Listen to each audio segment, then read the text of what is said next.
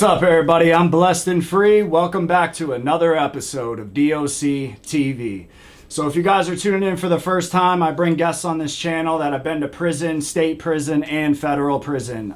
In today's interview, it's actually going to be an in-person interview. I usually do a lot of interviews on Zoom, but today I got Matt COX here to tell his story. So Matt, how did it all start for you, man? I was raised in Tampa, and I ended up getting a job at a mortgage company, and I started doing mortgages, and it was basically, the very first loan I did was had fraud in it. Okay. And so when you first started working at the mortgage, the place that you worked at, like, where did it turn for you from making legal money there to saying, okay, let me alter some things in order to make fraud? Never made legal money there. So it started off. The very first loan I did had had fraud within it. Like, it wasn't going to close. This chick had a 30-day late. I had to, my manager suggested I white it out. I whited it out. Sent it into underwriting. It passed through underwriting. The loan closed. I made $3,500.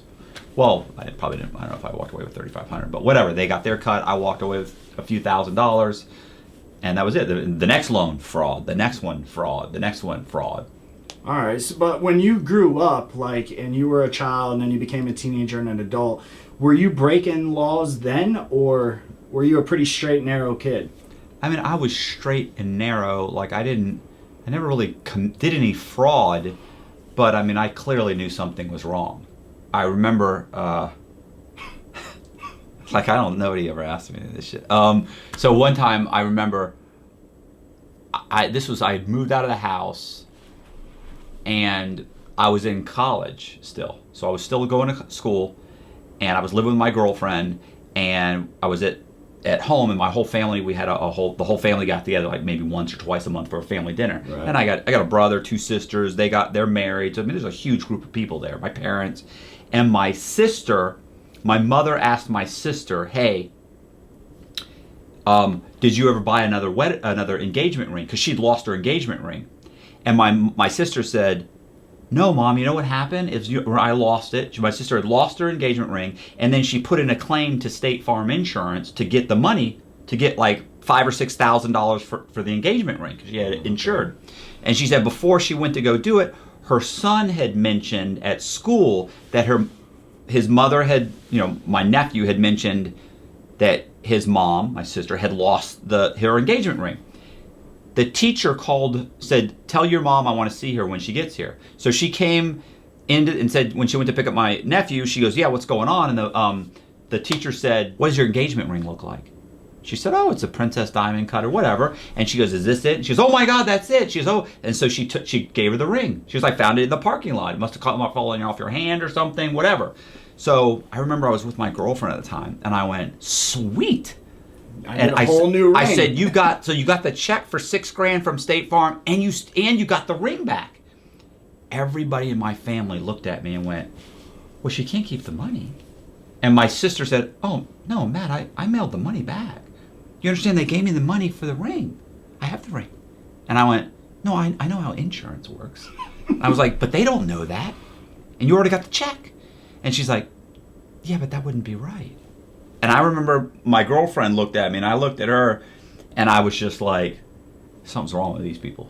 I don't know. So I don't know who these people. I know I'm different. I know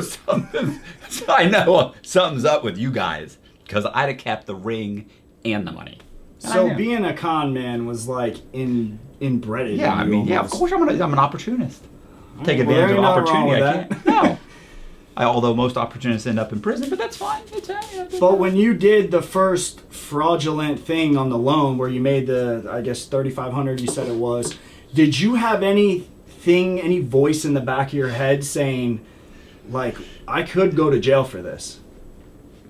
Oh, I definitely thought I could go to jail. But my probation officer, my manager was like, "Look, the worst that's happens is that if underwriting catches the 30-day late, you'll get fired. But that's the worst that'll happen." And she was like, "Oh, but they won't catch it." And so I wasn't concerned. And that's exactly what you wanted to hear anyways. Yeah. Because then you know you can keep doing it. Listen, most fraud, they're not going... Look, if they catch fraud prior to lending the money, they're not going to contact the authorities. They don't want to call the FBI to come in and have an entire investigation launched into a fraud that didn't really occur. Like, there was no money exchange. Like, they caught it, they shut the loan down, that's it. It's over. Right. Worst that happens is they think you're involved and they fire you. That was it. So when was it in your career of being a con man that, like, you really started rolling in the fraud and making a lot of money from doing it? So I was doing all right when I started my own mortgage company, and I was doing okay. But I still was like, it was still that gray area where I wasn't going all in. Like, I'm changing a W-2 or a pay stub. You know, you need certain things to qualify for a loan. Right. So I would alter a document here, change something here. Like, I would do little things, which if I explained what they were, people would think those were big things, but they weren't big things. In the world of mortgage. Well, in my overall scam, those were minor. To a normal loan officer or a mortgage broker, they would think those were huge. Like making a W-2 and a pay stub, or faking someone's job, or creating a fake bank and fake bank statements, and then answering the phone when the underwriter calls and verifying that this person has money in the bank to a bank that doesn't even exist. They would think that was like, a normal broker, a normal loan officer would be like, that's insane. Oh my God, that's horrible. But to me, that was nothing, especially in comparison. So while I owned the mortgage company, I was doing little things, and I was doing okay. I'm making maybe a few $100,000 a year, right? Okay, that's pretty damn good, though. Well, but I mean, ultimately, like we lived in Temple Terrace. We lived in a $200,000-$300,000 house. My wife and I, we lived just off the golf course. We, we're driving whatever $50,000, $50,000 vehicles, and this is 20 some odd years ago. So that's like $100,000 vehicles today. We had we had 50, like over 50 rental properties. Like, I mean, we're doing well. We're doing well, yeah. But so I didn't feel like I was rolling in money or doing that well, because I'm still working 60, 70 hours a week, and I have a bunch of mortgage brokers that work for me. But eventually I got caught, and I got caught for something minor, and I ended up pleading guilty to wire fraud. And so when I pled guilty, I couldn't run the mortgage company anymore. So then it was like I can either step back, claim bankruptcy, start my whole life over, go sell used cars. You know what I'm saying? In the cards for Matt Cox. Yeah, and I was like, or I can step up the fraud. Like, now that it's like they were handcuffs on me before, well, now they're off. So I went... What did you get when you got caught for the wire fraud? 3 years paper. 3 years probation. Just regular probation? Oh, federal probation. But it was nothing. I mean, there was no dollar loss. No, I lied on an application. Like, I made some W-2s and pay stubs, and I'd gotten a bunch of loans from my wife at the time. So I hadn't even borrowed the money. Like, the person that was really kind of on the hook for borrowing money was my wife. But they knew I had structured the loan. They knew you were like the mastermind behind it. Right. So I said, look, I'll plead guilty. She didn't know what was going on. Drop the charge on. So they don't indict her. I don't get indicted. I just sign off on the indictment. You don't have to make them go get an indictment. You just sign off. So I agreed. I got 3 years probation, but I can't run the mortgage company. So at that point, I decided I was going to step it up. I was going to start flipping properties. You buy houses cheap, you sell them, you fix them up, you sell them, you make 20 grand, 30 grand. The problem is that it doesn't really work like that, and it's a pain in the ass, and you end up being, like, it looks good on TV, yeah, but in reality, you're a construction worker. Because that's what you are. You're a construction worker. Yeah, you're calling contractors all day. You're doing all the crap. And what's even worse is you're not even doing the good construction stuff. You're not laying hardwood floors. You're doing all the crap work. You're hiring you're hiring a drywaller, a painter, a roofer. The problem is, anybody who's done rehab work realizes there's always all this junk, crap work. Picking up glass in the yard, trimming one limb because you can't get a guy to come out and trim one limb. Right, Fixing the broken windows because the neighborhood kids have broke in the house that weekend and knocked holes in the window. You know, there's all this little junk that has to be done. So you end up doing grunt work, and you have to be there all the time because the guys you're dealing with are scumbags. They're always stealing from you. They're setting you up to rob your AC. One time I had 2 AC units robbed, and I'm like, I think the AC guy's doing it. You know? So then I had to start putting my ACs in prison. I had actually buy concrete slabs and cages and bolt them to the walls, and it's like, it just is never ending. And the other problem is the people that were buying, if you buy a house for 40 or 50 grand in Ybor City and you put 30 in it, you can maybe sell it for 100, maybe 110. So you're going to make 20, maybe 30. So it wasn't really worth it then. Right. You have to do 5 or 6 of them at the same time. Now you're really busting your ass. Yeah, now you're picking up a lot of glass. Right. And so you realize this is horrible. And so what I decided to do was I was like, well, what's the real issue? The real issue is I need to be able to buy these houses. I need to get them to appraise high enough, really high. They're only appraising at 100, 110 in this neighborhood. So if I could create my own comparable sales, because that's when you buy a house, they order an appraisal. You know, they order an appraisal. They look at all the other houses. So if the other houses in the area all sold for 110, your house is worth about 110. If the other houses in the area had all sold for about 150, your house is probably worth 150.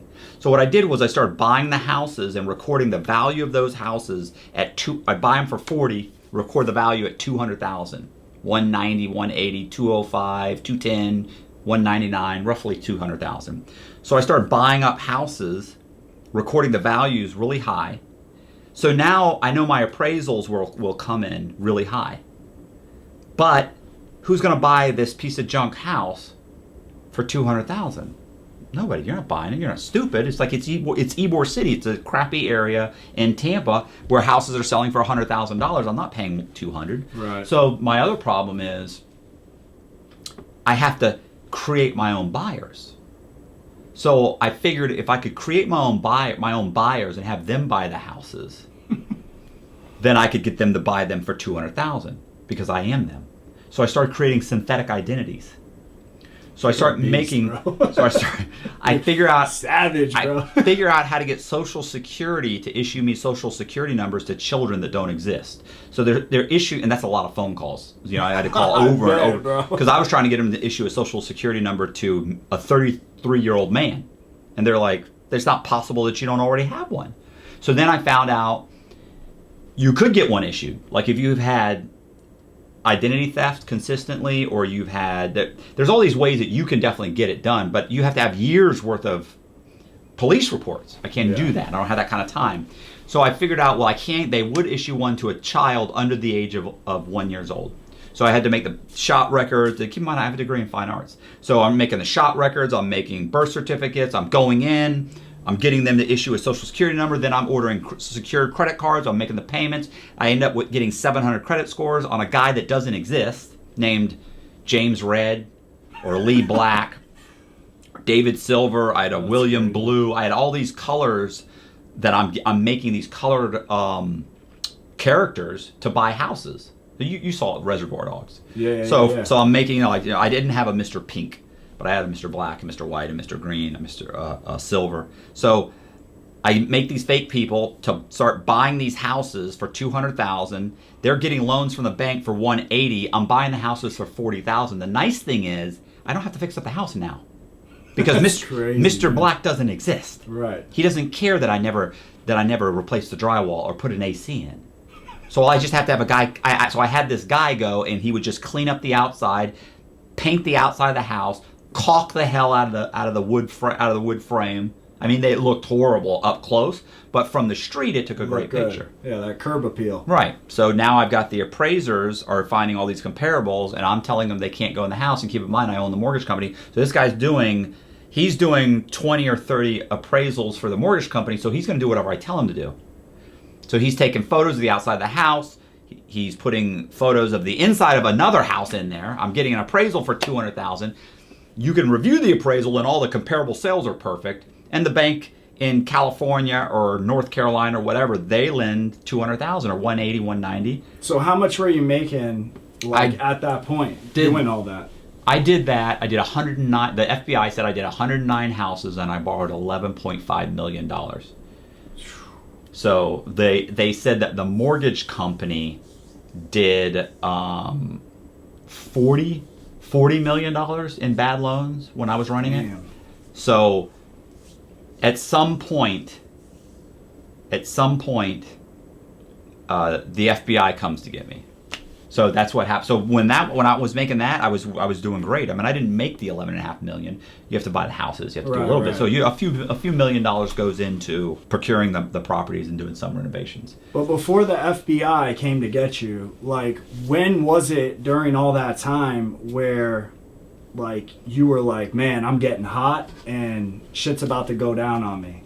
Like, how did all that start to happen? When that happened a few times. Like I got caught by different banks several times.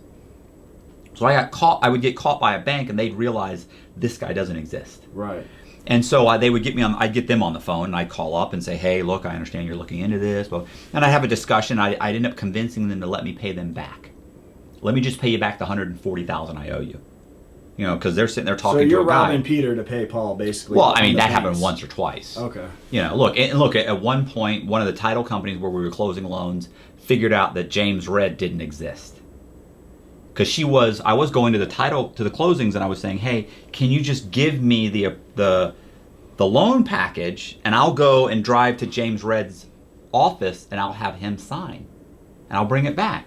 Keep in mind, we're closing a lot of loans. My old mortgage company uses them all the time. Right. They know who I am. They don't want to upset me.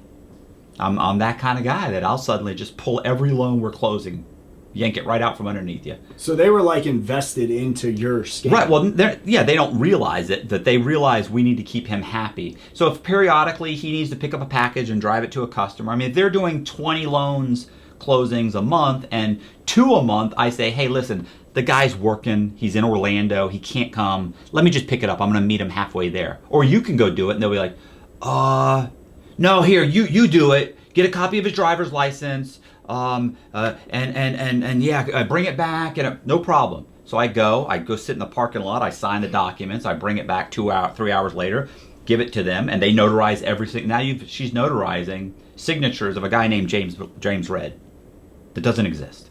And I give her a copy of a driver's license. Like, I made a little copy of a driver's license. You know, I'd cut and pasted one together. It looks good. So it looks good. Yeah. And matter of fact, I always tell this story. So the guy, remember I told you that I had a guy who would clean up the yards and paint the houses and kind of fix up? Okay. His name was Eric Tamargo. He's actually seen one of these where I mentioned his name. He came back. He was like, "Yeah, bro, that was not cool, uncalled for." But whatever. He's got a good sense of humor. So Eric is doing this, and what happened was that when I would make these guys fake IDs and make a copy of them, I was picking people I knew. So I'd pick a picture of somebody I knew because the way nice of you. Well, I figured if something goes wrong and I need someone to actually show up as this guy, I can go to Josh. Go sweet talk them. Right. If I go to Josh and say, Josh, this is what I'm doing. We're gonna make this much money. I'm gonna give you 10 grand. You gotta walk in, sign it, and this is the name. It's not even you, bro. It's just your picture. You walk in, you sign, you leave, you're done. I'll give you 10 grand. Well, that was kind of a good idea. Right. So I figured, and then if nothing ever goes wrong, they never know their picture was a part of a fucking fraudulent loan. So what does it matter? Right. Well, what happened was at one point, a title agent found out that somebody called her and said, look, the guys you're doing this stuff for, the COX is picking up the packages, they don't exist. And she probably very easily put it together. There's a guy named Mr. Silver, there's a guy named Mr. Red, a guy named Mr. Black. Oh my God. So she calls the broker, broker calls me, broker says, listen, Mary said that if James Red doesn't show up, he has to show up. Or she's not giving you the package. She's got to show up and sign. We've already done a couple loans with her. So I call up this guy, Eric. I go, Eric, can you come in? Eric comes in. What's up? I said, listen, I'm going to tell you what, you know the houses you've been cleaning up and fixing up? He's like, yeah. I said, okay, here's what I've been doing.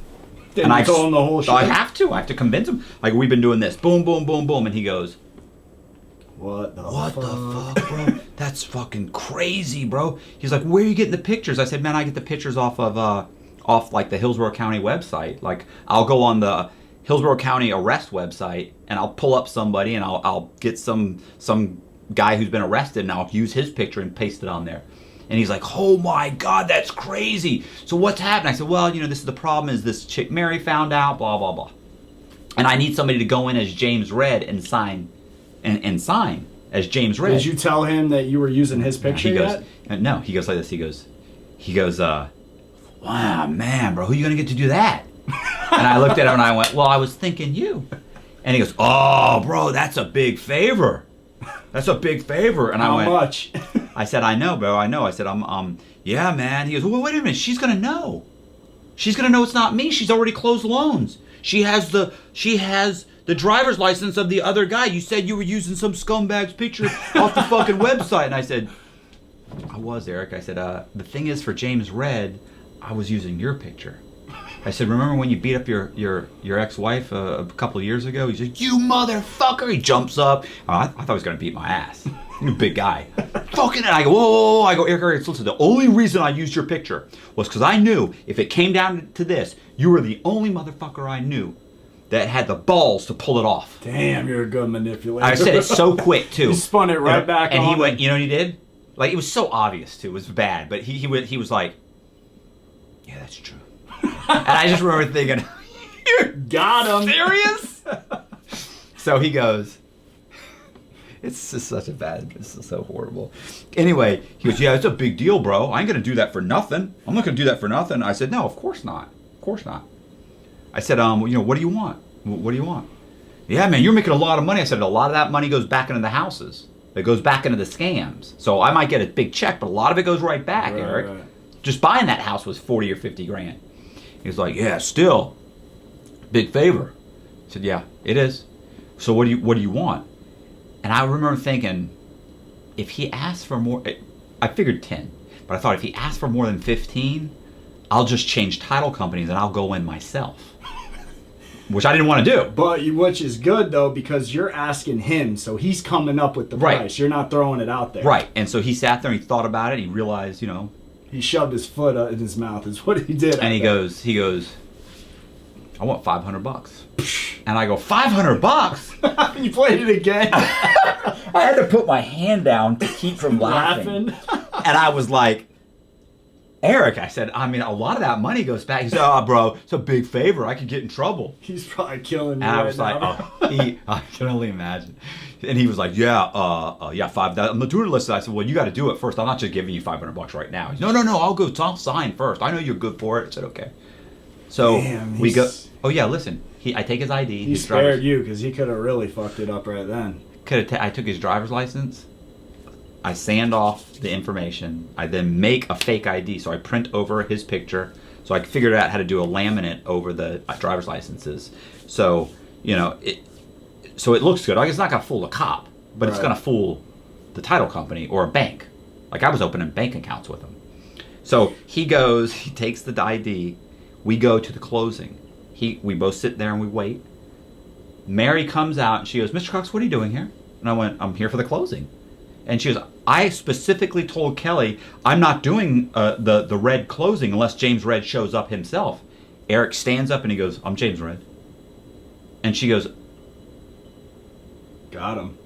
She looks, she goes, hold on. She walks off, gets one of the old loans, comes back, opens it up, folds the picture up where the driver's license is, holds it up and looks at it and goes, you can see it in her face, like she was not expecting that. She was thinking, what happened? Like I thought so and so called me. I thought got these other loans. Like she goes, I'm sorry, Mr. Red. Yeah, come into the the conference room. I'm gonna go get the stuff. I'll be there in 1 minute. Does anybody want anything to eat or anything to drink? And we're like, you're good at this point. Boom. Yeah, close. We walk out. Listen, she gave us maybe $80,000 worth of checks. Damn. After the closing. So then Eric, when I'm counting out the money, $500. Like, what are you counting? He's like, tens? He's looking at it like, he's looking at me like, that's a lot of money, bro. Does he know that you walked out? He knows. He saw the checks. He's there. 20,000 here, 30,000 for this person, $5,000 for this one, because I had broke them up into different people, and he's like looking at all these checks, like, what the hell's going on? I'm only getting $500, so I pay him. A week later, sure enough, there's another closing. And you need him again? I need him again. I call him again. I go, Eric, man, listen, I need you to sign again. Yeah, you got balls, bro, right? Oh, he goes, man, yeah, that you made a lot of money. I said, man, a lot of that money went back into place. Eric, I told you, a lot of that's not my money. I'm not walking away with 80 grand. I mean, he's like, yeah, still, bro, still. But he knows you're got to be walking away with not like all chunk. of it. Yeah, I'm walking a chunk. I mean, he sees me buying all these houses. He sees all my rental knows property. You're getting money. He sees my house. He sees I'm driving a $50,000-$60,000 Audi 20 years ago. Right. He knows I'm making money. So he's like, yeah. And I said, okay, well, what do you want? What do you want? And he goes, I want $1,000. Oh my god! And I thought, dude, bro, Eric, come on, man, come on. I did the same thing. I was like, are you serious? $1,000, bro? I mean, I'm like, what the hell? I want to say, what are you doing? What are you doing? That's classic. I'll give you 10 grand. I almost feel bad. I don't. Yeah. Because obviously I'm a sociopath. But I'm not giving you 10 grand if you don't ask for it. So yeah, he goes back in, signs again. Boom, we make 70, 80 grand on that one. The next one, I actually walked in. It was $250,000. That's the only loan I ever walked in and closed during that scam. When I made $11.5 million, that's the only one. I went into SunTrust Bank and signed a loan for $250,000. Damn. Closed it, put the money in the bank, and sure enough, a buddy of mine who's a sheriff's deputy named Steve Sutton. Well, he's not a sheriff's deputy anymore. So he comes to my office one day and says, "Hey, listen, bro. Like, I used to date this chick that's on the Tampa PD, and they're doing it's a task force." Like an operation? Right. Well, a task force is when multiple counties or multiple states are involved. They put together people from different organizations agencies together. And stuff, yeah. But it was all under the FDLE was running it. Because I was doing this same scam in like different counties. Like I'm doing it in Orlando. I'm doing it all over the place. Okay. And a buddy of mine got caught in Orlando. And he got caught and he cooperated. So they put that whole thing together because of his information. They watched me for 3 months. They've now got Did you know they were watching you during that time? Felt like I knew something was wrong. Like I knew, but keep in mind too, he got caught and his was state. So he had a state charge. He was just trying to open up like a bank account. Like it wasn't a big deal. It didn't go federal. Okay. So, and his lawyer is saying, there's really no money loss. Like if you can pay the money back, I can keep you from having to go to prison.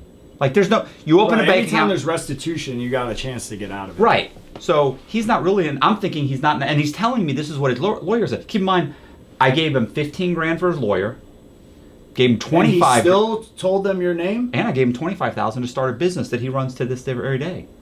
Damn. He does a tree trimming. He's a savage too. I mean, so you kind of got Eric on that. Well, I mean, listen, he's got a daughter, and he's like, okay, do I go to jail for so many years? Yeah. Well, first of all, he can't pay the money back. Like I have to pay the money back. You know what I mean? Like he doesn't have the 100,000 or 200,000 that's missing. I have it.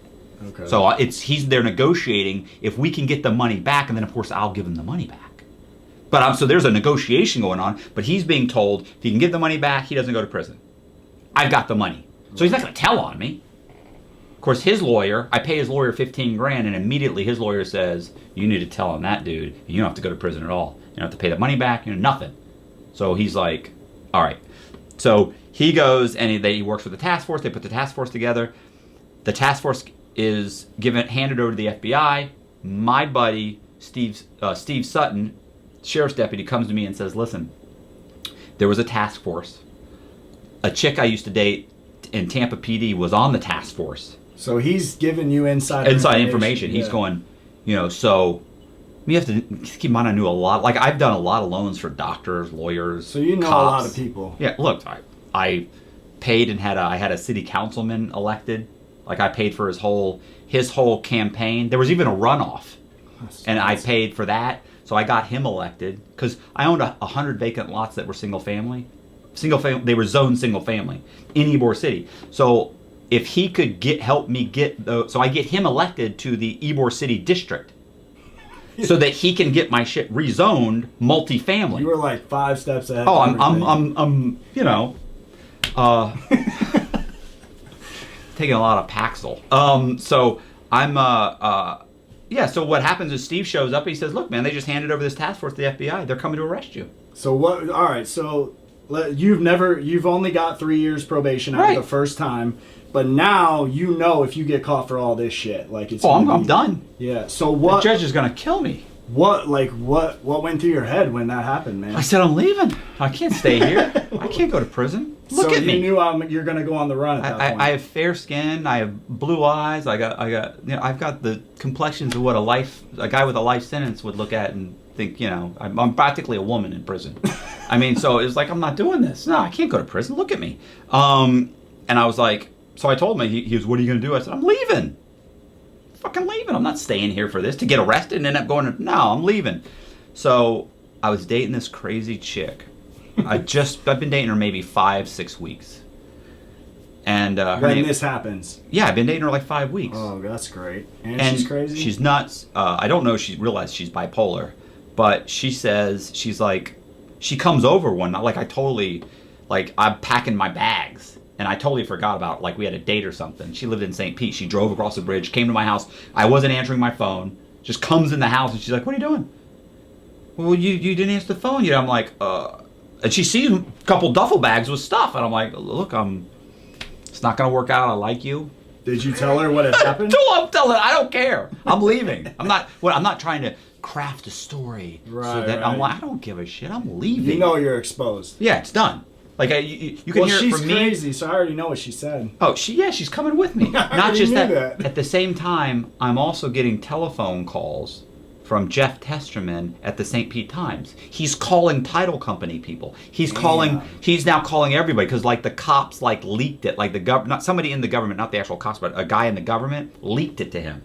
To go write a story on it? Right, because they're saying, hey, look, there's this guy, he's running a huge scam, there was a task force, they're coming together. You're the next headline. Right, so boom, they give it to him.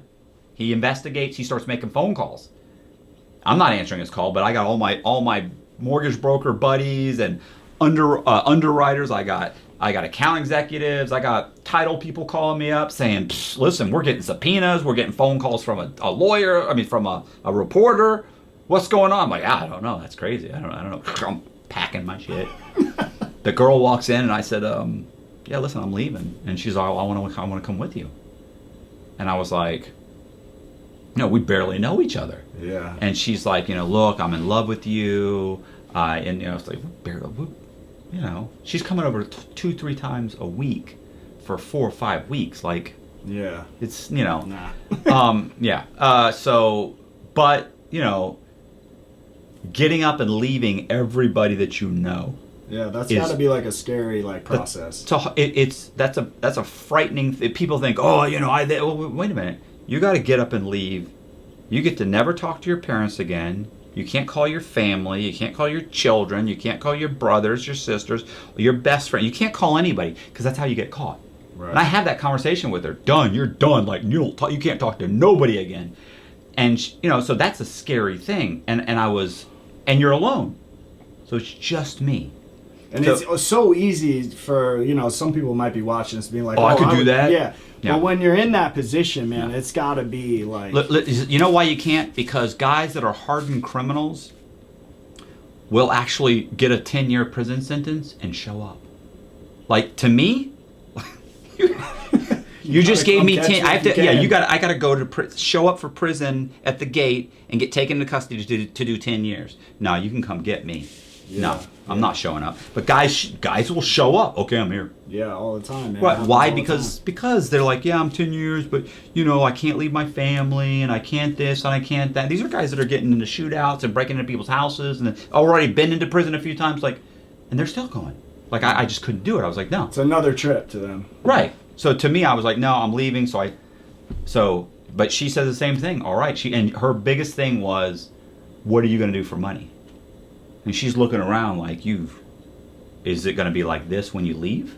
She wants to know what the life on the run's going to consist And I'm telling her, I of. said, look, I'm going to get a few $1 million. I'm going to steal a few $1 million. and I'm gonna get a few million and probably leave the country. And she was like, and you can do that. I was like, look around. Just chill. Of course. So she goes, okay, then yeah, then I'm coming with you. And I was like, okay, well. So we jump in my car. We take off. Actually, we spent 2 days running up all my credit cards. So I had like $50,000, $60,000 worth of credit cards. And that were empty. So that I got a balances of like $20,000, $30,000. What do you mean when you're running up the credit cards? You're buying shit? Just went right, because if you got a $40,000 American Express, that's $40,000 I don't have to spend on the run. And you have to also understand, it was a Thursday when I found out. So I essentially had an hour before the banks closed to get money out. Right. Cash out. And the next day, I gave checks to everybody I knew and told them all to go to the banks. And it's just cash checks. And still, I had $80,000. So I have $80,000 in cash. There's no Bitcoin. Yeah, there's nothing like that. So I'm leaving hundreds and hundreds, probably almost $1 million in the bank, a couple $1 million in real estate. There's nothing I can do. I can't transfer it. You need it quick to get out of there. Right. I can steal more money. So I get $80,000. We immediately go to Atlanta. We run up all our credit cards. I mean, we buy laptops. We buy everything that I can think we need, like laptops, printers, scanners. Everything to continue your crime spree. Right. So I go straight to Atlanta, and we rent an apartment.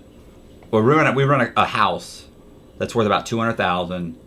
I then create a document called the satisfaction. Did the feds know that this girl was with you, or you're? Yeah, like, they knew. Everything's. Right. Oh, they knew right. They knew right away. I mean, look, by the time we left, people were already calling. So you're renting the house in Jack Pink's name, right? Like you have. Yeah, I'm renting it. I rented.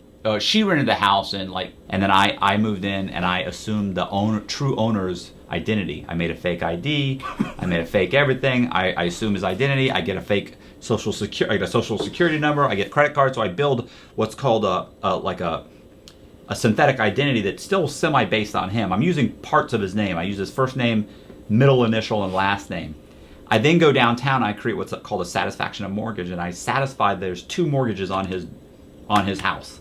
So in other words, you're paying off the house? No, I make it look like it's paid off. He owes $200,000, so I make it look like you have on your house. You have a $250,000 mortgage. Right. So the way when you pay that off, you say you pay off Bank of America. Well, how does public records know that Bank of America got paid off? Bank of America mails them a satisfaction of mortgage saying, hey, this mortgage that Josh took out for $250, he just paid it off. And they go, and it's notarized, and they go, oh, okay, and they record it, and now that mortgage is paid off. I got you. Okay. Now, granted, if you stop paying Bank of America, they know. So it's all intertwined together. Basically. Right. Well, what I'm saying is, in that case, that's real. Like Bank of America mailed the letter. Right. Bank of America knows they got paid off. The county knows you paid it off. In this case, I create 2 fake satisfaction of mortgages that look like Bank of America sent them, and I bring those in. So you're okie doking them, basically. Right. So they think public records files these things, and now when you search public records, it looks like the mortgages are paid off. Of course, Bank of America has to keep getting their payments, because if you stop making your payments, they would know, and then they'd foreclose on the property. So, but they don't, because the owner's still paying them. So I'm living in a house now with an ID and a bunch of credit cards in his name. You're slick, bro. With a social security number in his name, a cell phone in his name. Everything is in his name, and living in his house where there's no mortgage on the house. So I immediately call 3 hard money lenders, which is just a rich guy. I have them come out to the house individually at different times. Each one looks at the house and says, "I'll lend you $150,000 on the house." And I go, "Great." So we set up a closing. I close on Monday. I close on this one, $150. This one I close, I get like $130 or something.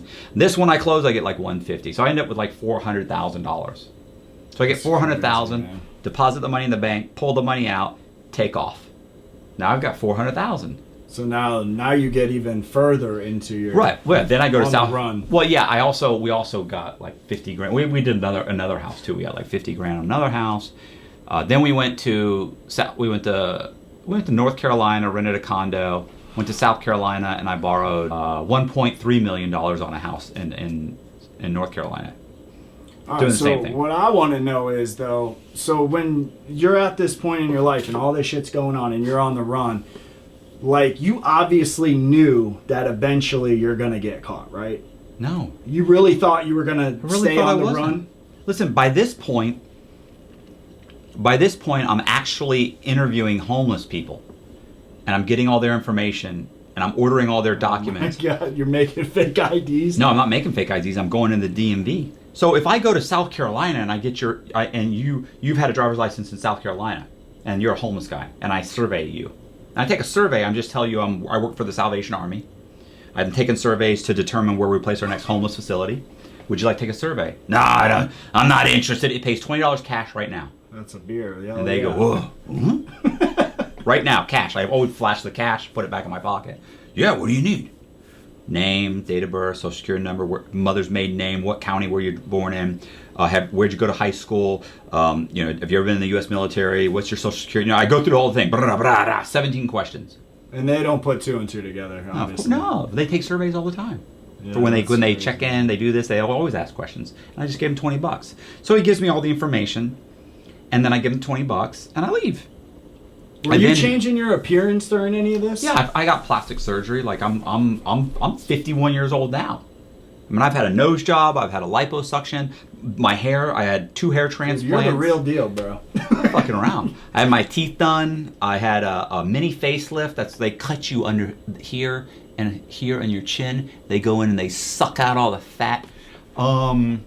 Liposuction, gynecomastia. You know guys with gynecomastia, right? Yeah, from steroids. Yeah, bitch tits. Yeah. Gynecomastia surgery. I'm not playing. So, by this point, I'm on the Secret Service's most wanted list. I'm on the FBI's most wanted list. I'm on U.S. Marshals most wanted list. Damn. Bro. Because every time I hit one of these houses and I get $1 million or $500,000, whatever, it ends up in the newspaper. By this point, I've been on the Chicago Tribune. They're doing a series called The Fugitive. St. Petersburg Times has done like 10, 20 articles. They ended up doing 34 articles. The first time I ever heard about you, you were on Dateline. That's how I even knew to look you up on YouTube. And I was just like, man, this dude is like good, bro. I mean, it's fear-based. Like, I don't want to go to prison. I don't want to get caught. So I just keep going in. You're I'm all surviving on the run. Right. Yeah. But greed falls into that too, right? Yeah, I mean, obviously, sometimes I say it's greed. I used to always say it was greed. The issue is that at one point when you've got $1 million or $2 million, is it still greed? Why are you still doing it? Like, you've got a couple million, or you got $1 million. Like, what? Why are you doing this now? Yeah, that's true. What's the point? Like, get a job. So take $1 million, take the $1 million, dump it into a business, run the business. So what did make you keep going then? I don't know. Just arrogance. Being a thinking narcissist. You wouldn't get caught. Yeah, I think it's cockiness, it's arrogance, it's just proving that you're smarter than everybody else. It's just arrogance. It's just thinking I'm too smart to get caught. Which is I felt like that all the way up till I got 26 years. So I would go into the DMV. So I'd get the homeless guy's information. I'd order their birth certificate online. And I'd order.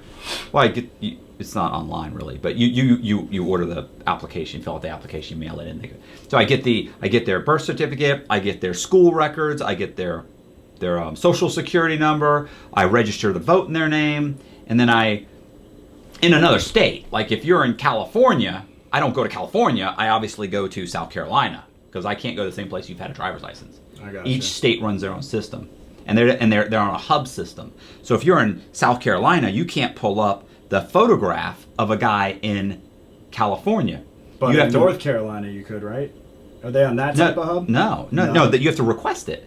Okay. So if you're walking the DMV and say, "Hey, no, I have a driver's license in California. Can you pull up the picture?" They go, "We can request the picture," and they'll give it to us in like 2 or 3 days. I'm learning a lot of shit here. But we can't pull it up on our system.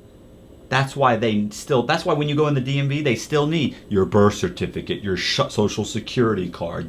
They need everything. They need 1 primary, 2 secondaries, and proof of residency. Yep. And I had it down. So I'm walk in, I do all of that. Sometimes I had to take the driving test. Sometimes I'd actually have to get on there and click and take the test. Sometimes I have to actually drive the car, a truck car. So yeah, I get a driver's license, or I get an ID or a driver's license. I go up and open up some bank accounts in the guy's name. I buy a house. You were unstoppable. I get passports. I've had almost 24 passports. I've had 27 IDs in 7 different states, and I've had almost 24 passports. What's the most money you've had in your presence? Not much. No, 600, it's 700 all on the wire type shit. About 600,000 or 700,000 in cash. That's the most I've ever had in cash. I mean, it sounds like. So that's, I mean, yeah, it does. But to somebody who has, going through millions and doing what you're doing, that's obviously most peanuts. of the time. Yeah, but you have to think, if you there's no reason to pull it out in cash when I'm gonna buy a car for 80 grand and drive the car for 2 months while I'm running this scam, and then when I'm done with the car, I just leave it at the police station. You pull in the police station, you leave it, you get into another car and you leave, and once the whole scam unravels, the cops find the car in their police station. So it's you. And I would leave I knew the FBI or Secret Service would show up, and we'd print out a brochure from Italy, and we'd leave you're leaving them breadcrumbs. Oh, we'd leave them lira and a brochure for a hotel, and a book like Spanish for Dummies. As a matter of fact, in one of the articles, it said they thought we were in Cuba, and I was thinking Spanish for Dummies. I was like, we left that book. I don't know how they got Cuba, but that's what they thought. Did you ever think they're about to arrest me? I've been arrested. I got arrested in a bank one time. But I mean, the final arrest. Yeah, I mean, I didn't. It wasn't until probably at the same time they were pulling up. My girlfriend. This the whole thing my girlfriend was telling me. I realized that she had probably told this other girl, and the girl may have turned me in. It was a whole kind of whoa, what's going? What do you mean? She called me up, don't go to the house. Listen, something's wrong. So and so called me. She told me not to go to the house. It was a whole thing. Was she a pain in the ass when you guys were on the run together, or was she? No. Oh, the one chick? Yeah. I ditched her. Oh, okay. No, listen. After about a year and change, about a year and a half, I got caught in a bank one time. So I got caught in a bank. So every time I would go into a bank to get out 10 grand or 20 grand or whatever I was pulling out, she would sit in the car. Becky would sit in the car, and Becky would go, "What happens if you get arrested?" Well, I mean, if I get arrested, they're gonna bond me out on my name. They're gonna arrest me as Scott Cugno or Gary Sullivan or whatever. I have a real ID. I have a real ID. As long as you bond out before they run your fingerprints. Before they run my prints, I'm good. Yeah. And I was like, so you just have to get me out as soon as possible. If I get arrested, it'll be for something stupid. They're not going to catch me for the whole scam. They're going to catch me for something like trying to cash a check or something minor. Something you get $1,000 bond. Right. There's no way the local cops put together, hey, this is a $2.5 million fraud. Here's what he did. The feds can't even figure it out. So that the locals aren't going to get it. So I'm like, you get me out. You go get me a lawyer. You get me out on bond. You immediately. And she's like, okay. And she would always ask, and I was like, why do you keep asking me that? She wasn't too bright, right? She was. I don't know what she thought I was gonna. I think she thought I was gonna say take the money and run, forget about me, or something. Fuck you, get me out of bond. So, yeah. So at one point, I actually go into a bank. I borrowed $1.3 million on this property, and it was actually 2 properties. And I went in the bank, and they had figured it out by accident. And so I went in Wachovia Bank, and I was getting out whatever it was. It was nothing. It was $5-6 grand. And all of a sudden, 2 sheriff deputies walk up behind me, and they handcuff me. So they handcuff me, and they pull me in a side room, and they tell me that, you're being detained. We're waiting for an investigator or detective or somebody to show up. And for some reason, I thought, this is it. It's FBI. Or the FBI or the Secret Service is coming to get me. That's what I would have thought, right. Yeah. So I'm sitting there, but they kept calling me Mr. Sullivan. Gary, my name is Gary. So at that point they haven't figured out who you are. Right. I had surveyed a guy who was a male prostitute, a homeless male prostitute in Las Vegas, Nevada. I'd gotten an ID in his name in South Carolina. So I borrowed $1.3 million in his name. So I'm in the bank and I'm getting cash. It wasn't much. It was $5,000-$6,000. And two sheriff's deputies walk up behind me and grab me, and they handcuff me, and they pull me in a side room, and they say, listen, Mr. Sullivan. They keep calling me Mr. Gary Sullivan. And Gary Sullivan was a guy that a homeless guy in Nevada that I had stolen his identity. And I had gotten an ID, and I had borrowed like $1.3 million in his name. And they figured it out, kind of, and knew there was something going on. And the deputies were like, look, the investigators is going to show up. And I'm thinking, I'm done. This is it. Yeah. And so the deputy comes. I'm thinking the Secret Service or FBI are about to walk in, and this is it. So I'm going to bring Matt Cox back on the channel. We're going to go over more in depth on his story. As you can see, he's got a pretty crazy story. Definitely a long story. If you haven't and you're tuned in for the first time, don't forget to hit that subscribe button. And if you enjoyed this episode, go ahead and press that like button. And with that, it's DOC TV, and we're out.